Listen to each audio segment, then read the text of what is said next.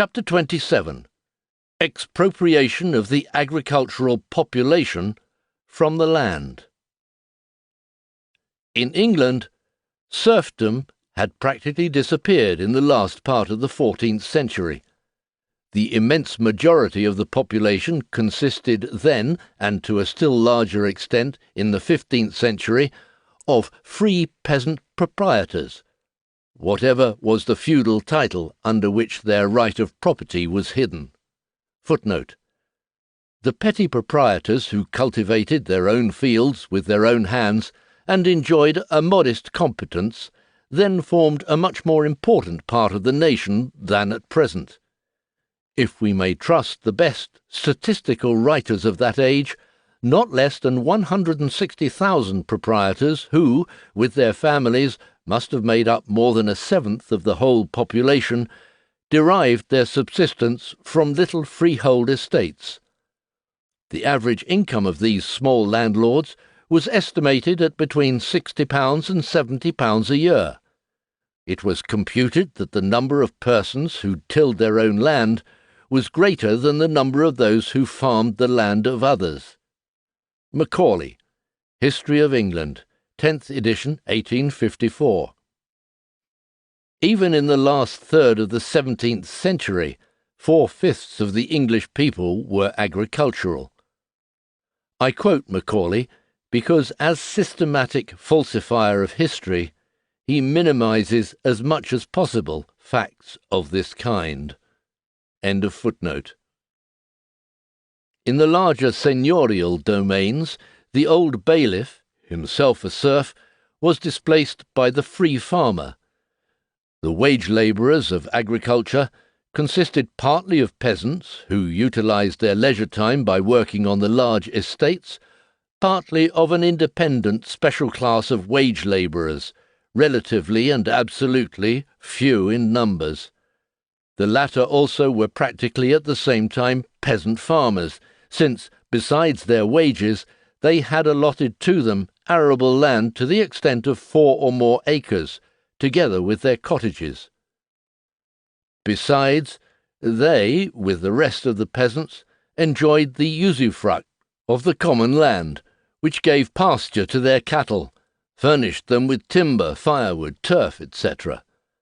Footnote: we must never forget that even the serf was not only the owner, if but a tribute-paying owner, of the piece of land attached to his house, but also a co-possessor of the common land.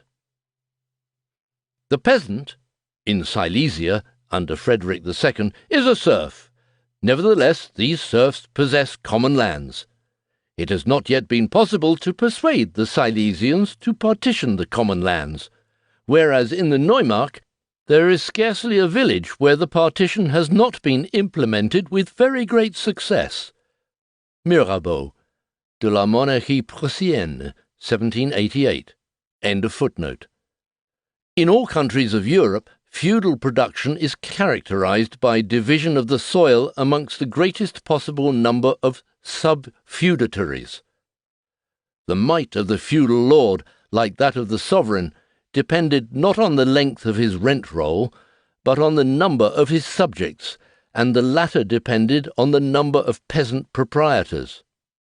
Footnote: Japan, with its purely feudal organization of landed property and its developed petite culture, gives a much truer picture of the European Middle Ages than all our history books, dictated as these are for the most part by bourgeois prejudices.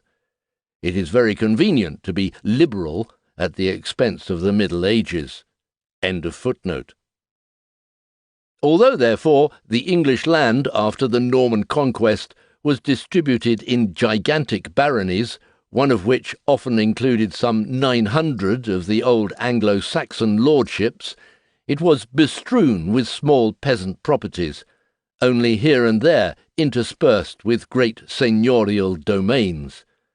Such conditions, together with the prosperity of the towns so characteristic of the 15th century, allowed of that wealth of the people which Chancellor Fortescue so eloquently paints in his Laudes Legum Angliae, but it excluded the possibility of capitalistic wealth. The prelude of the revolution that laid the foundation of the capitalist mode of production was played in the last third of the 15th and the first decade of the 16th century.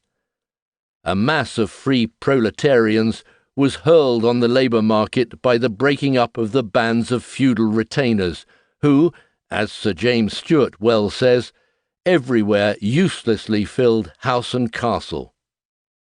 Although the royal power, itself a product of bourgeois development in its strife after absolute sovereignty, forcibly hastened on the dissolution of these bands of retainers, it was by no means the sole cause of it. In insolent conflict with king and parliament, the great feudal lords created an incomparably larger proletariat by the forcible driving of the peasantry from the land, to which the latter had the same feudal right as the lord himself, and by the usurpation of the common lands. The rapid rise of the Flemish wool manufactures and the corresponding rise in the price of wool in England gave the direct impulse to these evictions. The old nobility had been devoured by great feudal wars. The new nobility was the child of its time, for which money was the power of all powers. Transformation of arable land into sheep walks was therefore its cry. Harrison, in his description of England, prefixed to Holinshed's Chronicles, describes how the expropriation of small peasants is ruining the country. What care are great encroachers? The dwellings of the peasants and the cottages of the labourers were razed to the ground or doomed to decay. If, says Harrison, the old records of every manor be sought, it will soon appear that in some manor 17, 18, or 20 houses are shrunk, that England was never less furnished with people than at the present. Of cities and towns either utterly decayed or more than a quarter or half diminished, though some one be a little increased here or there, of towns pulled down for sheep walks, and no more but the lordships now standing in them. I could say somewhat. The complaints of these old chroniclers are always exaggerated, but they reflect faithfully the impression made on contemporaries by the revolution in the conditions of production. A comparison of the writings of Chancellor Fortescue and Thomas More reveals the gulf between the 15th and 16th century. As Thornton rightly has it, the English working class was precipitated without any transition from its golden into its iron age. Legislation was terrified at this revolution. It did not yet stand on that height of civilization where the wealth of the nation, that is, the formation of capital, and the reckless exploitation and impoverishing of the mass of the people, figure as the ultima thule of all statecraft.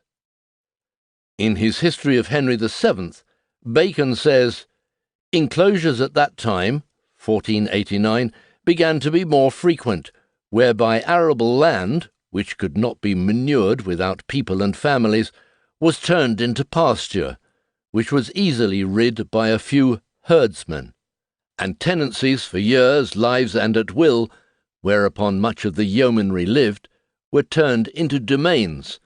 This bred a decay of people, and, by consequence, a decay of towns, churches, tithes, and the like. In remedying of this inconvenience, the king's wisdom was admirable, and the parliaments at that time. They took a course to take away depopulating enclosures and depopulating pasturage. An act of Henry VII, 1489, forbade the destruction of all houses of husbandry, to which at least 20 acres of land belonged. By an act, Henry VIII, the same law was renewed. It recites, among other things, that many farms and large flocks of cattle, especially of sheep, are concentrated in the hands of a few men, whereby the rent of the land has much risen and tillage has fallen off, Churches and houses have been pulled down, and marvellous numbers of people have been deprived of the means wherewith to maintain themselves and their families. The Act, therefore, ordains the rebuilding of the decayed farmsteads, and fixes a proportion between corn land and pasture land, etc. An Act of 1533 recites that some owners possess 24,000 sheep, and limits the number to be owned to 2,000. Footnote: in his Utopia, Thomas More says that in England, your sheep that were wont to be so meek and tame, and so small eaters, now, as I hear say, be become so great devourers and so wild, that they eat up and swallow down the very men themselves. Utopia, translated by Robinson, 1869. End of footnote. The cry of the people and the legislation, directed for 150 years after Henry VII against the expropriation of the small farmers and peasants, were alike fruitless. The secret of their inefficiency Bacon, without knowing it, reveals to us. The device of King Henry VII, says Bacon in his Essays Civil and Moral, Essay 29, was profound and admirable, in making farms and houses of husbandry of a standard, that is, maintained with such a proportion of land unto them as may breed a subject to live in convenient plenty and no servile condition, and to keep the plough in the hands of the owners and not mere hirelings. Footnote: Bacon shows the connection between a free, well-to-do peasantry and good infantry. This did wonderfully concern the might and mannerhood of the kingdom to have farms, as it were, of a standard sufficient to maintain an able body out of penury, and did in effect amortize a great part of the lands of the kingdom under the hold and occupation of the yeomanry or middle people, of a condition between gentlemen and cottagers and peasants. For it hath been held by the general opinion of men of best judgment in the wars, that the principal strength of an army consisteth in the infantry or foot. And to make good infantry, it requireth men bred not in a servile or indigent fashion, but in some free and plentiful manner. Therefore, if a state run most to noblemen and gentlemen, and that the husbandmen and ploughmen be but as their workfolk and labourers, or else mere cottagers, which are but housed beggars, you may have a good cavalry, but never good stable bands of foot. And this is to be seen in France and Italy and some other parts abroad, where in effect all is noblesse or peasantry, insomuch that they are enforced to employ mercenary bands of Switzers and the like for their battalions of foot, whereby also it comes to pass that those nations have much people and few soldiers. The Reign of Henry VII, verbatim reprint from Kennet's England, 1870. End of footnote. What the capitalist system demanded was, on the other hand, a degraded and almost servile condition of the mass of the people, the transformation of them into mercenaries, and of their means of labour into capital. During this transformation period, legislation also strove to retain the 4 acres of land by the cottage of the agricultural wage labourer, and forbade him to take lodgers into his cottage. In the reign of James I, 1627, Roger Crocker of Front Mill was condemned for having built a cottage on the manor of Front Mill without 4 acres of land attached to the same in perpetuity. As late as Charles I's reign, 1638, a royal commission was appointed to enforce the carrying out of the old laws, especially that referring to the 4 acres of land. Even in Cromwell's time, the building of a house within 4 miles of London was forbidden unless it was endowed with 4 acres of land. As late as the first half of the 18th century, complaint is made if the cottage of the agricultural labourer has not an adjunct of 1 or 2 acres of land. Nowadays he is lucky if it is furnished with a little garden, or if he may rent, far away from his cottage, a few roods. Landlords and farmers, says Dr. Hunter, work here hand in hand. A few acres to the cottage would make the labourers too independent. Footnote. Dr. Hunter. The quantity of land assigned in the old laws would now be judged too great for labourers, and rather as likely to convert them into small farmers. George Roberts. The Social History of the People of the Southern Counties of England in Past Centuries, 1856. End of footnote. The process of forcible expropriation of the people received in the 16th century a new and frightful impulse from the Reformation and from the consequent colossal spoliation of the church property. The Catholic Church was, at the time of the Reformation, feudal proprietor of a great part of the English land. The suppression of the monasteries, etc., hurled their inmates into the proletariat. The estates of the church were to a large extent given away to rapacious royal favourites, or sold at a nominal price to speculating farmers and citizens, who drove out en masse the hereditary subtenants and threw their holdings into one. The legally guaranteed property of the poorer folk in a part of the church's tithes was tacitly confiscated. Footnote. The right of the poor to share in the tithe is established by the tenor of ancient statutes. Tucket. End of footnote. Pauper ubique jacet. The pauper is everywhere subdued, cried Queen Elizabeth after a journey through England. In the 43rd year of her reign, the nation was obliged to recognize pauperism officially by the introduction of a poor rate.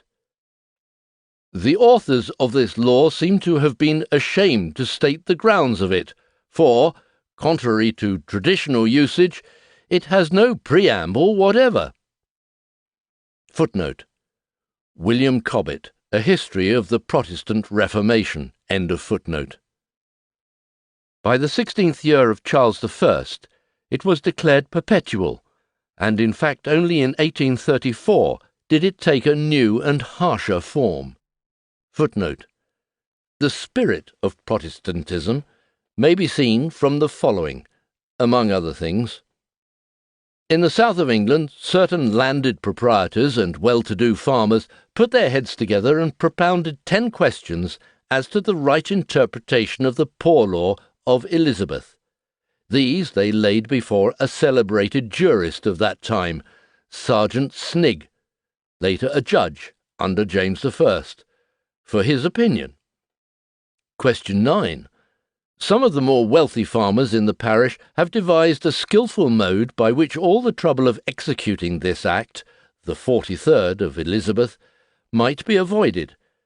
They have proposed that we shall erect a prison in the parish, and then give notice to the neighbourhood that if any persons are disposed to farm the poor of this parish, they do give in sealed proposals on a certain day of the lowest price at which they will take them off our hands, and that they will be authorized to refuse to anyone unless he be shut up in the aforesaid prison.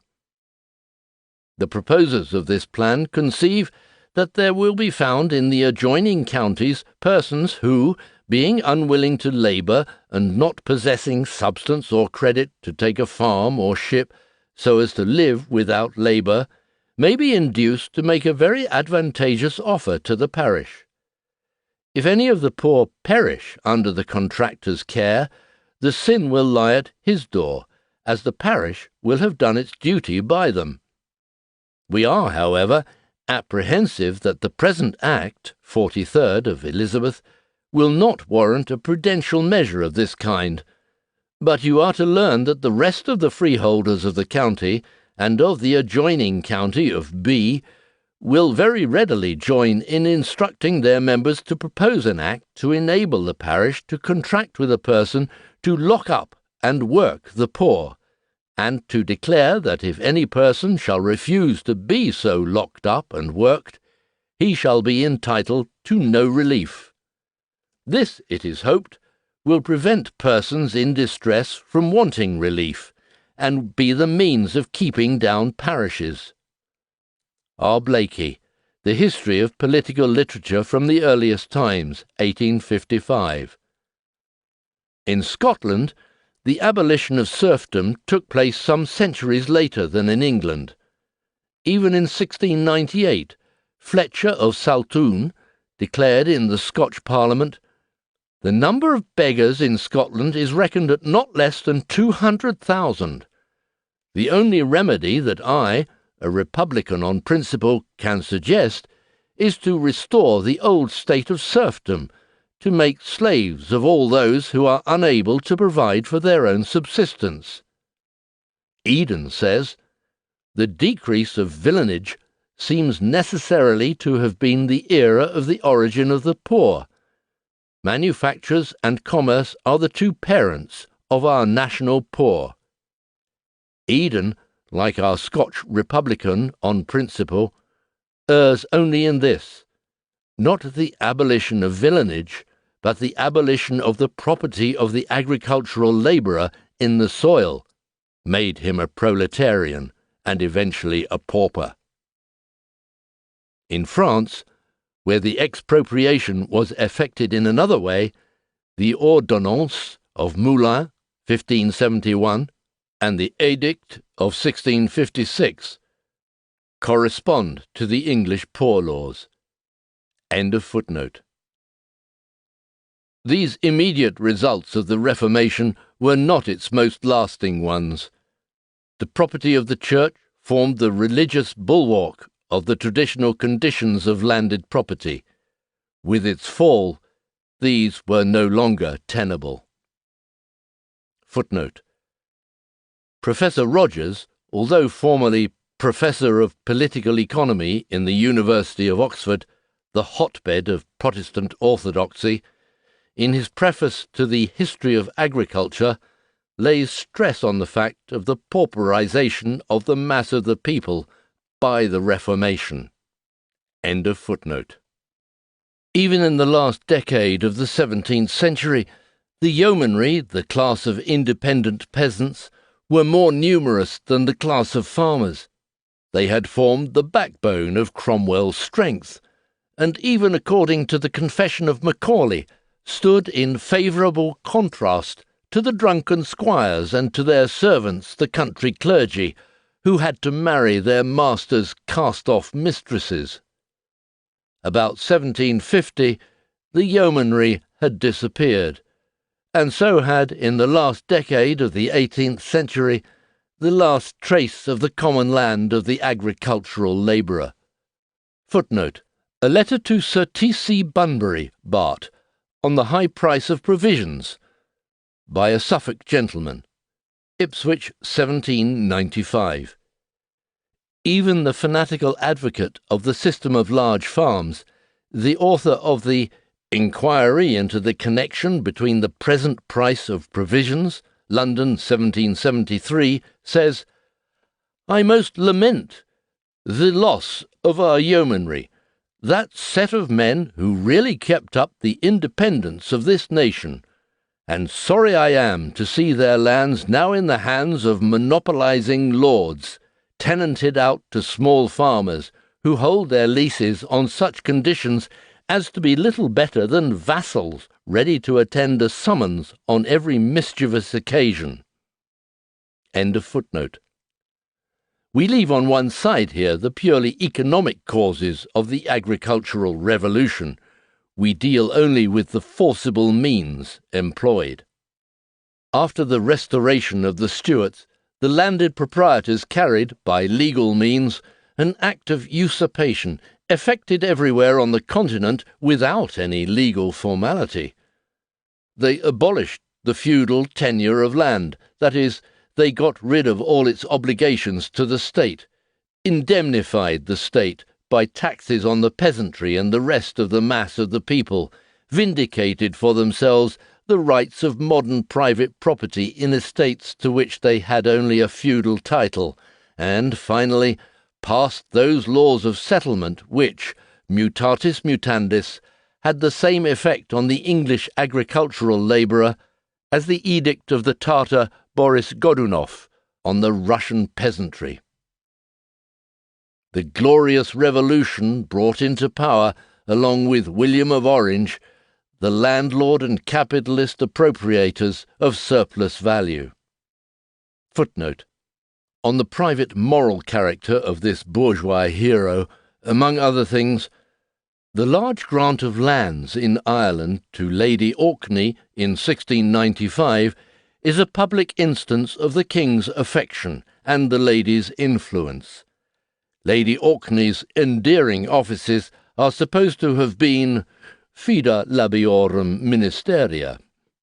In the Sloane manuscript collection at the British Museum, the manuscript is entitled "The Character and Behaviour of King William, Sunderland, etc., as represented in original letters to the Duke of Shrewsbury, from Somers Halifax, Oxford, Secretary Vernon, etc. It is full of curiosa." End of footnote.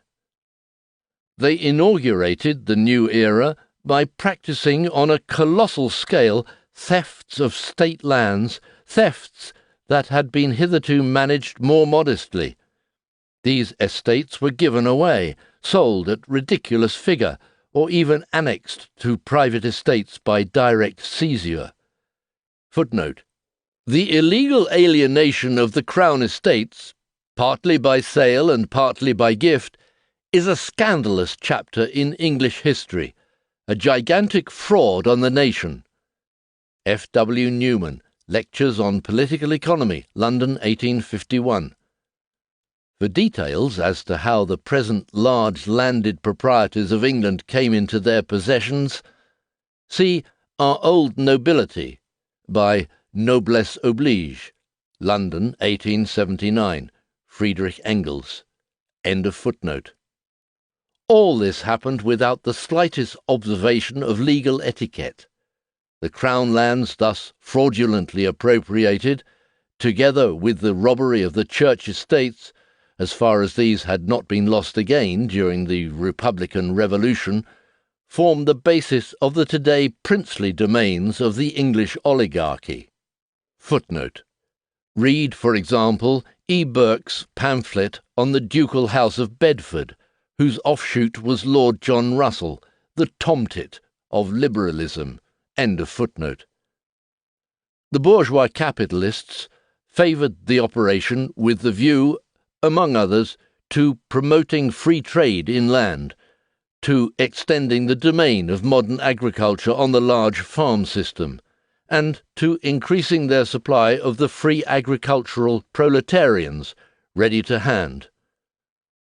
Besides, the new landed aristocracy was the natural ally of the new bankocracy, of the newly hatched haute finance, and of the large manufacturers, then depending on protective duties.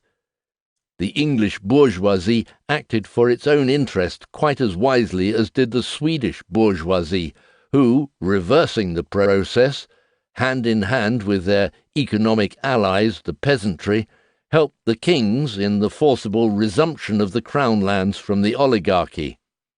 This happened since 1604 under Charles X and Charles XI. Communal property, always distinct from the state property just dealt with, was an old Teutonic institution which lived on under cover of feudalism. We have seen how the forcible usurpation of this, generally accompanied by the turning of arable into pasture land, begins at the end of the 15th and extends into the 16th century. But at that time, the process was carried on by means of individual acts of violence against which legislation for 150 years fought in vain. The advance made by the 18th century shows itself in this, that the law itself becomes now the instrument of the theft of the people's land, although the large farmers make use of their little independent methods as well. Footnote: the farmers forbid cottagers to keep any living creatures, besides themselves and children, under the pretence that if they keep any beasts or poultry, they will steal from the farmers' barns for their support. They also say, keep the cottagers poor, and you will keep them industrious, etc. But the real fact, I believe, is that the farmers may have the whole right of common to themselves. A political inquiry into the consequences of enclosing waste lands. 1785, end of footnote. The parliamentary form of the robbery is that of Acts for Enclosures of Commons. In other words, decrees by which the landlords grant themselves the people's land as private property, decrees of expropriation of the people. Sir F. M. Eden refutes his own crafty special pleading, in which he tries to represent communal property as the private property of the great landlords who have taken the place of the feudal lords, when he himself demands a general Act of Parliament for the enclosure of commons, admitting thereby that a parliamentary coup d'etat is necessary for its transformation into private property, and moreover calls on the legislature for the indemnification for the expropriated poor. Whilst the place of the independent yeoman was taken by tenants at will, small farmers on yearly leases, a servile rabble dependent on the pleasure of the landlords, the systematic robbery of the communal lands helped especially, next to the theft of the state domains, to swell those large farms that were called in the 18th century capital farms or merchant farms, and to set free the agricultural population as proletarians for manufacturing industry. Footnote: Capital farms, 2 letters on the flour trade and the dearness of corn, by a person in business, London 1767. Merchant farms, an inquiry into the causes of the present high price of provisions, London 1767.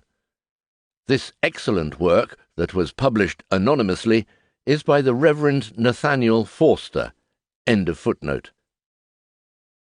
The 18th century, however, did not yet recognize as fully as the 19th the identity between national wealth and the poverty of the people. Hence the most vigorous polemic in the economic literature of that time on the enclosure of commons. From the mass of materials that lie before me, I give a few extracts that will throw a strong light on the circumstances of the time. In several parishes of Hertfordshire, writes one indignant person, 24 farms, numbering on the average 50 to 150 acres, have been melted up into 3 farms. Footnote: Thomas Wright, A Short Address to the Public on the Monopoly of Large Farms, 1779. In Northamptonshire and Leicestershire, the enclosure of common lands has taken place on a very large scale, and most of the new lordships resulting from the enclosure have been turned into pasturage, in consequence of which many lordships have not now 50 acres ploughed yearly, in which 1,500 were ploughed formerly. The ruins of former dwelling houses, barns, stables, etc., are the sole traces of the former inhabitants. An 100 houses and families have in some open-field villages dwindled to 8 or 10. The landholders in most parishes that have been enclosed only 15 or 20 years are very few in comparison of the numbers who occupied them in their open field state. It is no uncommon thing for 4 or 5 wealthy graziers to engross a large enclosed lordship which was before in the hands of 20 or 30 farmers, and as many smaller tenants and proprietors. All these are hereby thrown out of their livings with their families, and many other families who were chiefly employed and supported by them. Footnote: Reverend Addington, Inquiry into the Reasons for or Against Enclosing Open Fields, London, 1772. End of footnote. It was not only the land that lay waste, but often land cultivated either in common or held under a definite rent paid to the community that was annexed by the neighbouring landlords under pretext of enclosure. I have here in view enclosures of open fields and lands already improved. It is acknowledged by even the writers in defence of enclosures that these diminished villages increase the monopolies of farms, raise the prices of provisions, and produce depopulation, and even the enclosure of wastelands, as now carried on, bears hard on the poor by depriving them of a part of their subsistence, and only goes towards increasing farms already too large. Footnote: Dr. R. Price, Forster, Addington, Kent, Price, and James Anderson should be read and compared with the miserable prattle of sycophant McCulloch in his catalogue The Literature of Political Economy, London 1845. End of footnote. When, says Dr. Price, this land gets into the hands of a few great farmers, the consequence must be that the little farmers, earlier designated by him a multitude of little proprietors and tenants, who maintain themselves and families by the produce of the ground they occupy, by sheep kept on a common, by poultry, hogs, etc., and who therefore have little occasion to purchase any of the means of subsistence, will be converted into a body of men who earn their subsistence by working for others, and who will be under a necessity of going to market for all they want. There will perhaps be more labour, because there will be more compulsion to it. Towns and manufactures will increase, because more will be driven to them in quest of places and employment. This is the way in which the engrossing of farms naturally operates, and this is the way in which for many years it has been actually operating in this kingdom. He sums up the effect of the enclosures thus: upon the whole, the circumstances of the lower ranks of men are altered in almost every respect for the worse. From little occupiers of land, they are reduced to the state of day labourers and hirelings, and at the same time their subsistence in that state has become more difficult. Footnote: Price. We are reminded of ancient Rome. The rich had got possession of the greater part of the undivided land.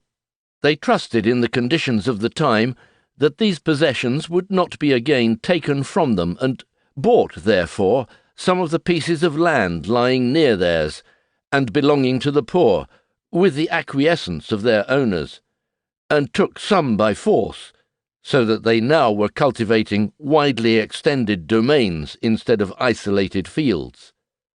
Then they employed slaves in agriculture and cattle breeding, because freemen would have been taken from labour for military service.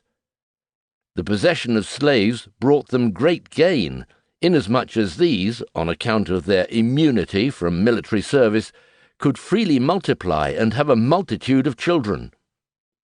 Thus the powerful men drew all wealth to themselves, and all the land swarmed with slaves. The Italians, on the other hand, were always decreasing in number, destroyed as they were by poverty, taxes, and military service. Even when times of peace came, they were doomed to complete inactivity, because the rich were in possession of the soil, and used slaves instead of freemen in the tilling of it. Appian, Civil Wars. This passage refers to the time before the Licinian rogations. Military service, which hastened to so great an extent the ruin of the Roman plebeians, was also the chief means by which, as in a forcing house, Charlemagne brought about the transformation of free German peasants into serfs and bondsmen. End of footnote. In fact, usurpation of the common lands, and the revolution in agriculture accompanying this, told so acutely on the agricultural labourers that, even according to Eden, between 1765 and 1780, their wages began to fall below the minimum, and to be supplemented by official poor law relief. Their wages, he says, were not more than enough for the absolute necessaries of life. Let us hear for a moment a defender of enclosures and an opponent of Dr. Price. Not is it a consequence that there must be depopulation because men are not seen wasting their labour in the open field. If, by converting the little farmers into a body of men who must work for others, more labour is produced, it is an advantage which the nation, to which of course the converted ones do not belong, should wish for, the produce being greater when their joint labours are employed on one farm. There will be a surplus for manufactures, and by this means manufactures, one of the mines of the nation, will increase in proportion to the quantity of corn produced. Footnote: an inquiry into the connection between the present price of provisions, etc. To the like effect, but with an opposite tendency, working men are driven from their cottages and forced into the towns to seek for employment. But then a larger surplus is obtained, and thus capital is augmented. The Perils of the Nation, 1843. End of footnote. The stoical peace of mind with which the political economist regards the most shameless violation of the sacred rights of property and the grossest acts of violence to persons, as soon as they are necessary to lay the foundations of the capitalistic mode of production, is shown by Sir F. M. Eden, philanthropist and Tory to boot. The whole series of thefts, outrages, and popular misery that accompanied the forcible expropriation of the people from the last third of the 15th to the end of the 18th century lead him merely to the comfortable conclusion: the due proportion between arable land and pasture had to be established. During the whole of the 14th and the greater part of the 15th century, there was 1 acre of pasture to 2, 3, and even 4 of arable land. About the middle of the 16th century, the proportion was changed of 2 acres of pasture to 2, later on of 2 acres of pasture to 1 of arable, until at last the just proportion of 3 acres of pasture to 1 of arable land was attained. In the 19th century, the very memory of the connection between the agricultural labourer and the communal property had, of course, vanished. To say nothing of more recent times, have the agricultural population received a farthing of compensation for the 3,511,770 acres of common land which between 1801 and 1831 were stolen from them and by parliamentary devices presented to the landlords, by the landlords? The last process of wholesale expropriation of the agricultural population from the soil is, finally, the so-called clearing of estates, that is, the sweeping men off them. All the English methods hitherto considered culminated in clearing. As we saw in the picture of modern conditions given in a former chapter, where there are no more independent peasants to get rid of, the clearing of cottages begins, so that the agricultural labourers do not find on the soil cultivated by them even the spot necessary for their own housing. But what clearing of estates really and properly signifies, we learn only in the promised land of modern romance, the Highlands of Scotland. There the process is distinguished by its systematic character, by the magnitude of the scale on which it is carried out at one blow. In Ireland, landlords have gone to the length of sweeping away several villages at once. In Scotland, areas as large as German principalities are dealt with. Finally, by the peculiar form of property under which the embezzled lands were held. The Highland Celts were organised in clans, each of which was the owner of the land on which it was settled. The representative of the clan, Its chief, or great man, was only the titular owner of this property, just as the Queen of England is the titular owner of all the national soil. When the English government succeeded in suppressing the intestine wars of these great men, and their constant incursions into the lowland plains, the chiefs of the clans by no means gave up their time-honoured trade as robbers. They only changed its form.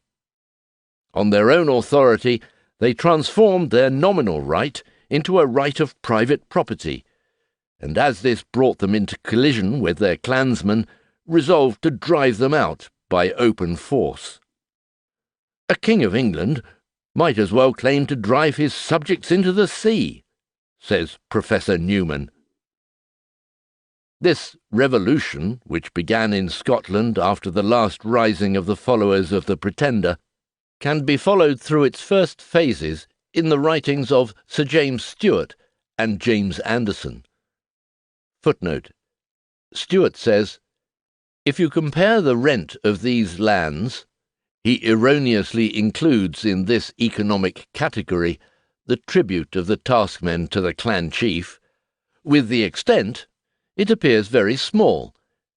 If you compare it with the numbers fed upon the farm, you will find that an estate in the Highlands maintains perhaps 10 times as many people as another of the same value in a good and fertile province."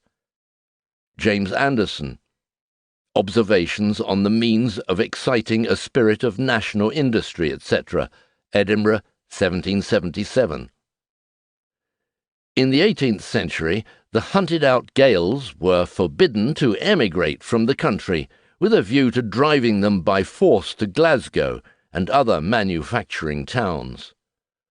Footnote: In 1860, the people expropriated by force were exported to Canada under false pretences.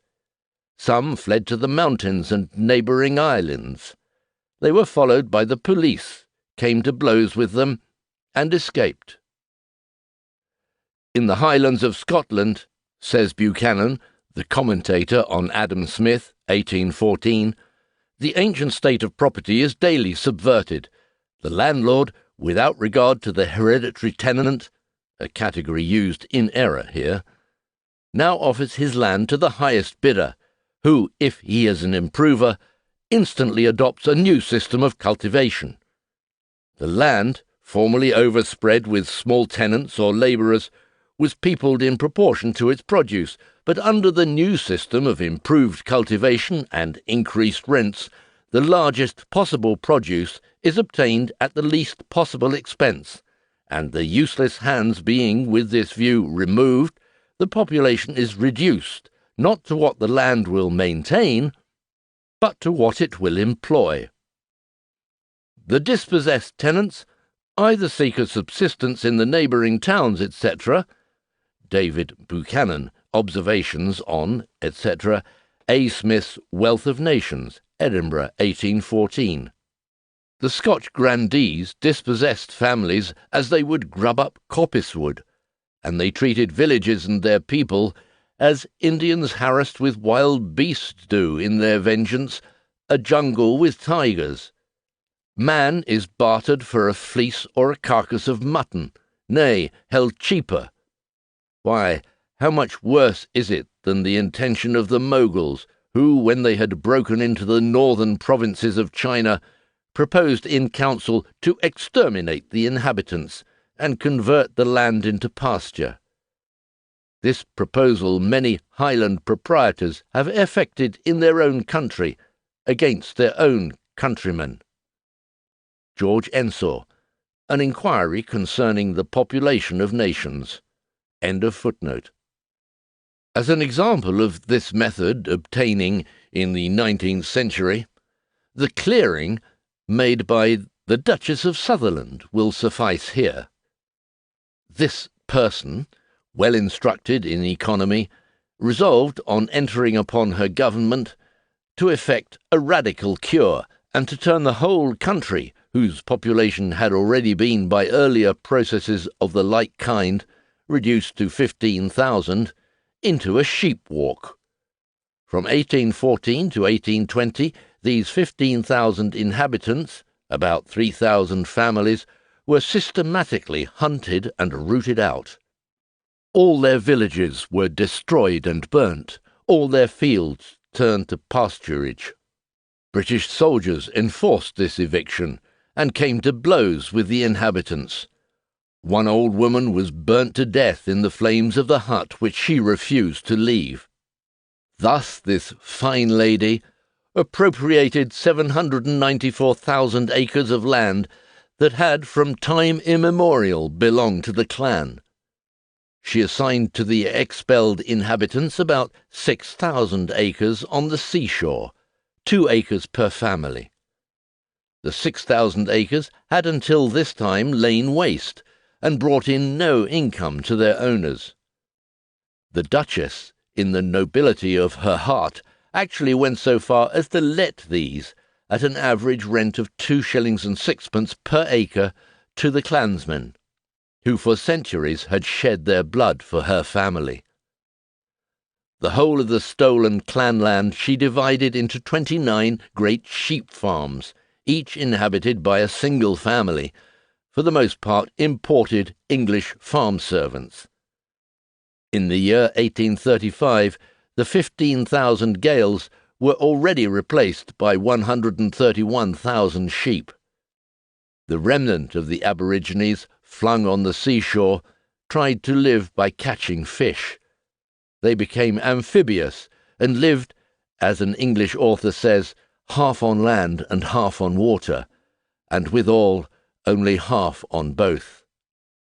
Footnote: when the present Duchess of Sutherland entertained Mrs. Beecher Stowe, authoress of Uncle Tom's Cabin, with great magnificence in London to show her sympathy for the Negro slaves of the American Republic, a sympathy that she prudently forgot with her fellow aristocrats during the Civil War, in which every noble English heart beat for the slave owner, I gave in the New York Tribune the facts about the Sutherland slaves, epitomized in part by Carey in The Slave Trade, Philadelphia, 1853. My article was reprinted in a Scotch newspaper, and led to a pretty polemic between the latter and the sycophants of the Sutherlands. End of footnote. But the brave Gaels must expiate yet more bitterly their idolatry, romantic and of the mountains, for the great men of the clan. The smell of their fish rose to the noses of the great men. They scented some profit in it, and let the seashore to the great fishmongers of London. For the second time the Gaels were hunted out.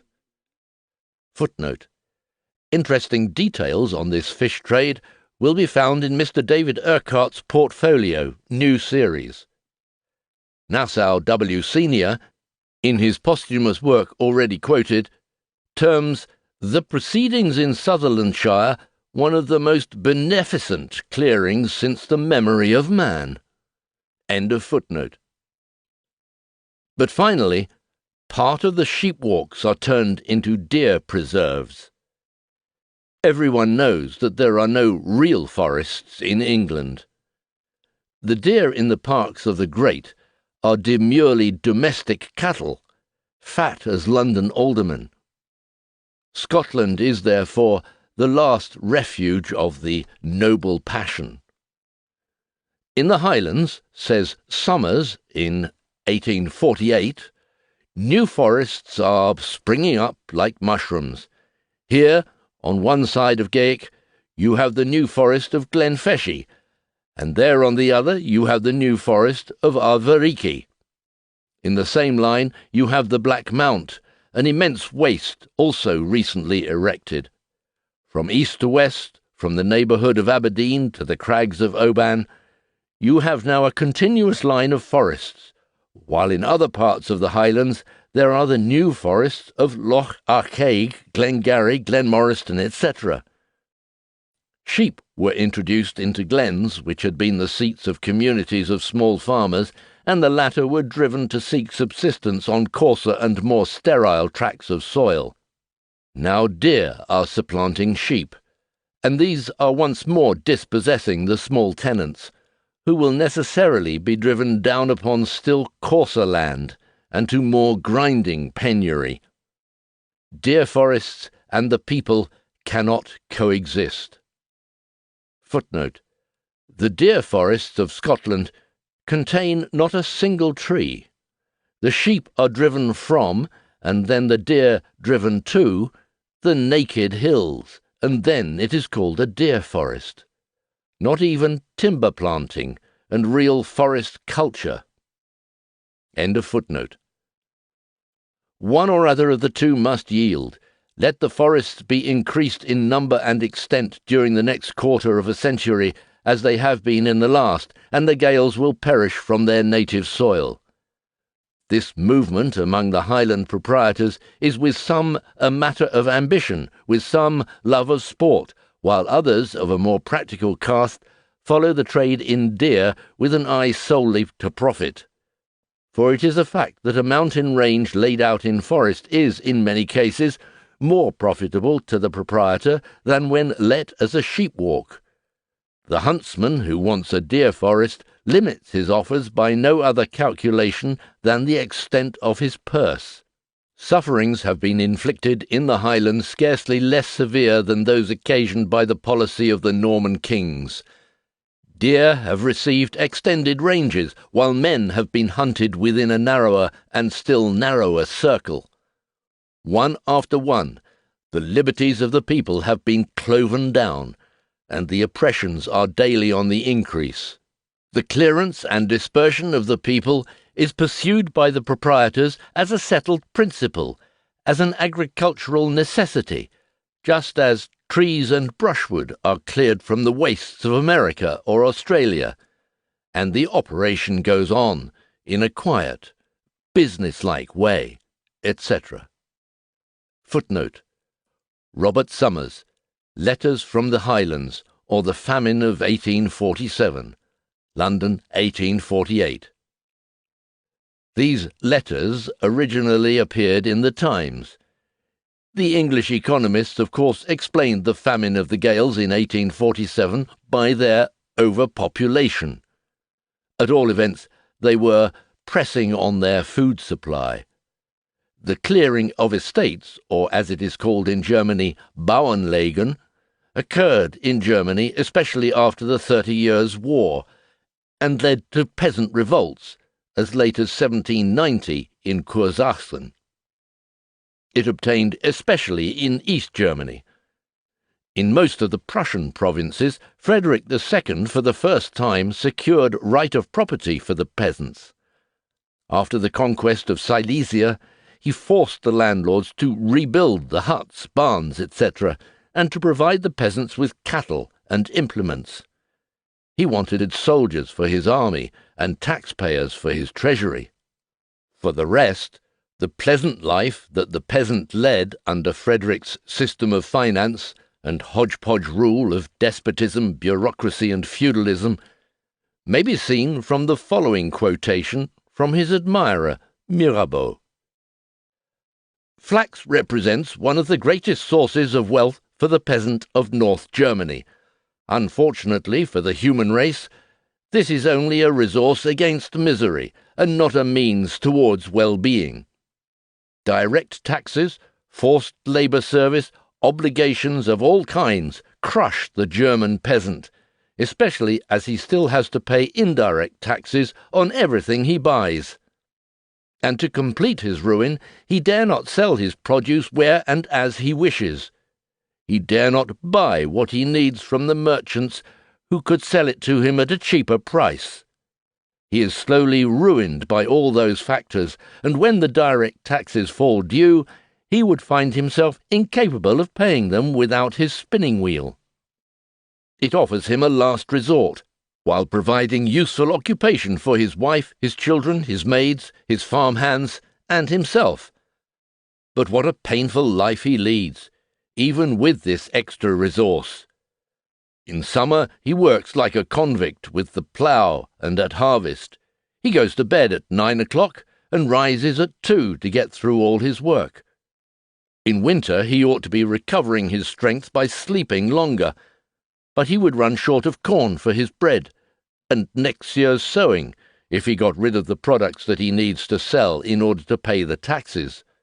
He therefore has to spin to fill up this gap, and indeed he must do so most assiduously. Thus the peasant goes to bed at midnight or 1 o'clock in the winter, and gets up at 5 or 6, or he goes to bed at 9 and gets up at 2, and this he does every day of his life, except Sundays. These excessively short hours of sleep and long hours of work consume a person's strength, and hence it happens that men and women age much more in the country than in the towns. Mirabeau. Note to the second edition. In April 1866, 18 years after the publication of the quoted work of Robert Somers, Professor Leonie Levi gave a lecture before the Society of Arts on the transformation of sheep walks into deer forest, in which he depicts the advance in the devastation of the Scottish Highlands. He says, with other things, depopulation and transformation into sheep walks were the most convenient means for getting an income without expenditure. A deer forest in place of a sheep walk was a common change in the Highlands. The landowners turned out the sheep as they once turned out the men from their estates, and welcomed the new tenants, the wild beasts and the feathered birds. One can walk from the Earl of Dalhousie's estates in Forfarshire to John o' Groat's without ever leaving forest land. In many of these woods, the fox, the wildcat, the marten, the polecat, the weasel, and the alpine hare are common, whilst the rabbit, the squirrel, and the rat have lately made their way into the country. Immense tracts of land, much of which is described in the statistical account of Scotland as having a pasturage in richness and extent of very superior description, are thus shut out from all cultivation and improvement, and are solely devoted to the sport of a few persons for a very brief period of the year. The London Economist of June 2nd, 1866, says, "Amongst the items of news in a Scotch paper of last week we read, 'One of the finest sheep farms in Sutherlandshire, for which a rent of £1,200 a year was recently offered, on the expiry of the existing lease this year, is to be converted into a deer forest.' Here we see the modern instincts of feudalism, operating pretty much as they did when the Norman conqueror destroyed 36 villages to create the New Forest. 2 millions of acres, totally laid waste, embracing within their area some of the most fertile lands of Scotland. The natural grass of Glentilt was among the most nutritive in the county of Perth. The deer forest of Ben Alder was by far the best grazing ground in the wide district of Badenoch. A part of the Black Mount Forest was the best pasture for black-faced sheep in Scotland. Some idea of the ground laid waste for purely sporting purposes in Scotland may be formed from the fact that it embraced an area larger than the whole county of Perth. The resources of the forest of Ben Alder might give some idea of the loss sustained from the forced desolations. The ground would pasture 15,000 sheep, and as it was not more than 1/30th part of the old forest ground in Scotland, it might, etc. All that forest land is as totally unproductive. It might thus as well have been submerged under the waters of the German Ocean.